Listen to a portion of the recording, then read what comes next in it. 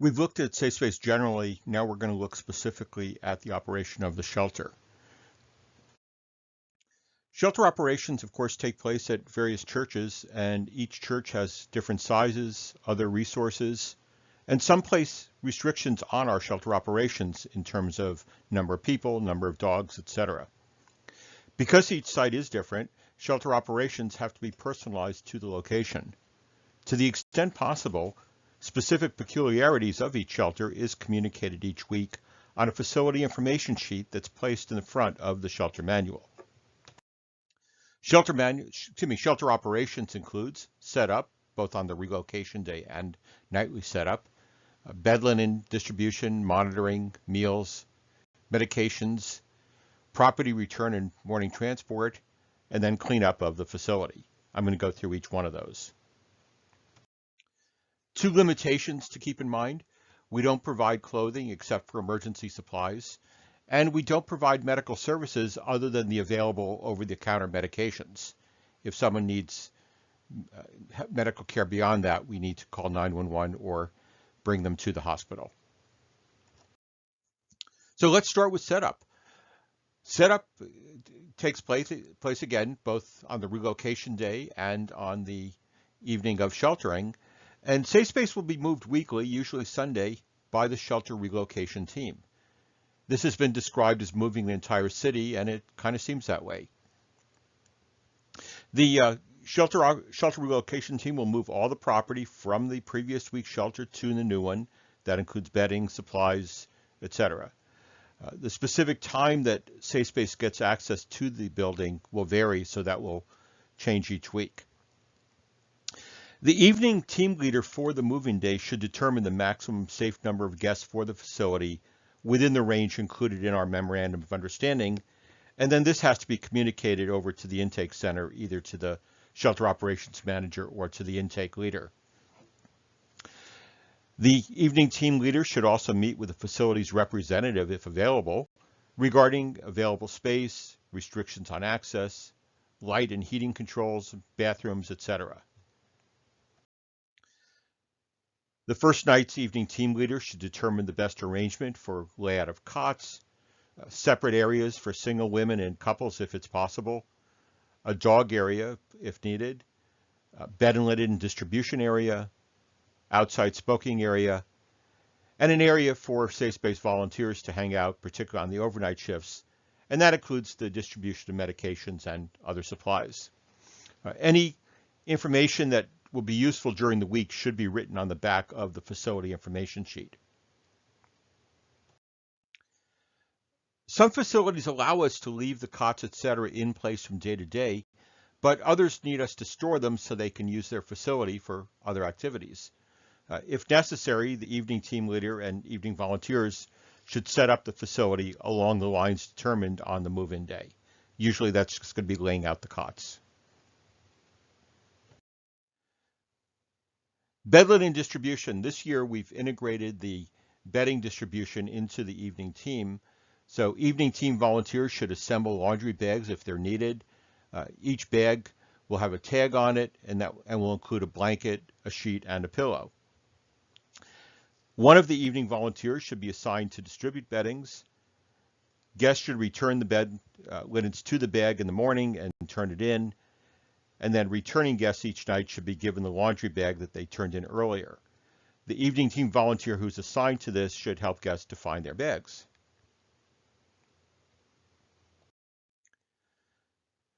All shelter volunteers should be monitoring guests to ensure safety to guests, to volunteers, and to the facility. They should walk around the shelter, including the smoking and dog areas, and communicate with guests. Assist them as needed. It's important to watch for any conflicts or other problems and try to resolve them before they become serious.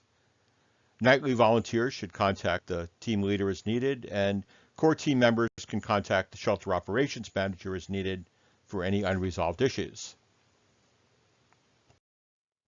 Safe Space does provide a meal each evening.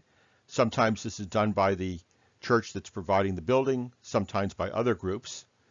So again, this will vary facility to facility, but if tables are not already set up, the evening team will have to set them up. The serving Areas should be set up by the meal provider, but they may need help. And then guests will line up and go through the serving area. Serving can begin upon arrival of the first bus, but no second should be allowed until all guests from the final bus have been served.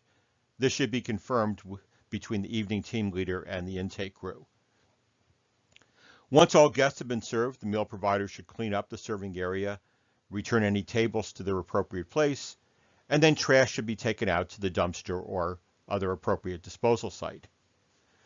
As a note, Safe Space volunteers may eat at the shelter if there is sufficient food, but volunteers should not take any food until all guests have eaten.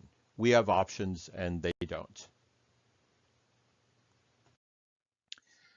Safe Space maintains only a limited supply of over-the-counter medications.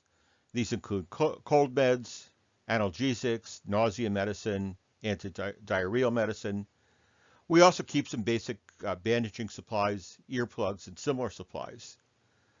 But Safe Space is not a medical provider, and we don't expect our volunteers to be providing medical assistance. They can give the over-the-counter medications to the guests, but the guest should be able to take it without assistance. If the guest is unable to do so, then transportation could be arranged to a medical facility. If there's any question about what a guest needs, 911 is always the default.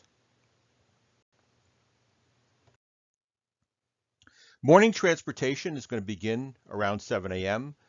During the weekdays, we should have a single bus that will take care of transportation in one trip. On the weekends, we'll be using the smaller buses, and it may take several trips. The morning team leader should ensure that each guest has a ride. Guests must wait inside the building or in the smoking area for transport. And all guests must leave the shelter in the morning by Safe Space transport. Leaving the shelter independently is a breach of Safe Space rules. Bags will be returned prior to the guests leaving. If possible, arrange the bags in a numerical order to facilitate return.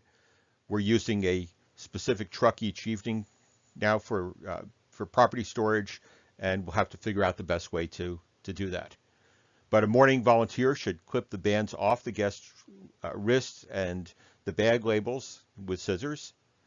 A volunteer should make sure that the number and the name on the bag matches the guest's name and number before giving the bag back. And if a guest doesn't know his or her number, you can confirm using the guest log. Remember that some guests have more than one bag.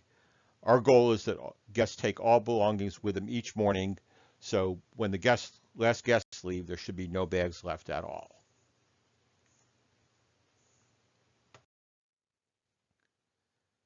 The shelter should be cleaned up each morning by the morning team, but we really want to emphasize the use of guest volunteers, and that should be a function of the morning team leader to seek volunteers among the guests.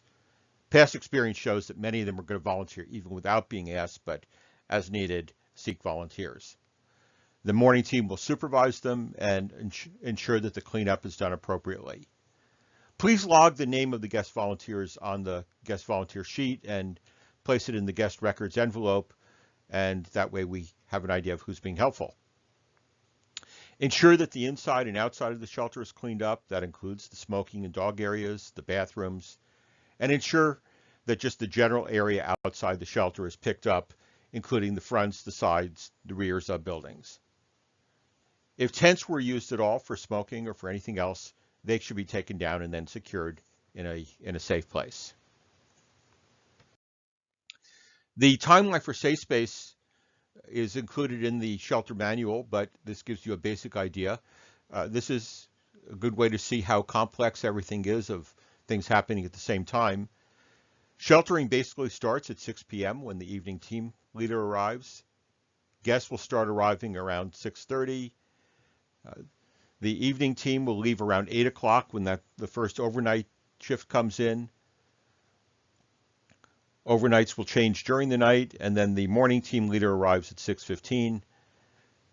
Guest transportation begins around 7, and we hope that the last transportation is done between 7:30 and 8.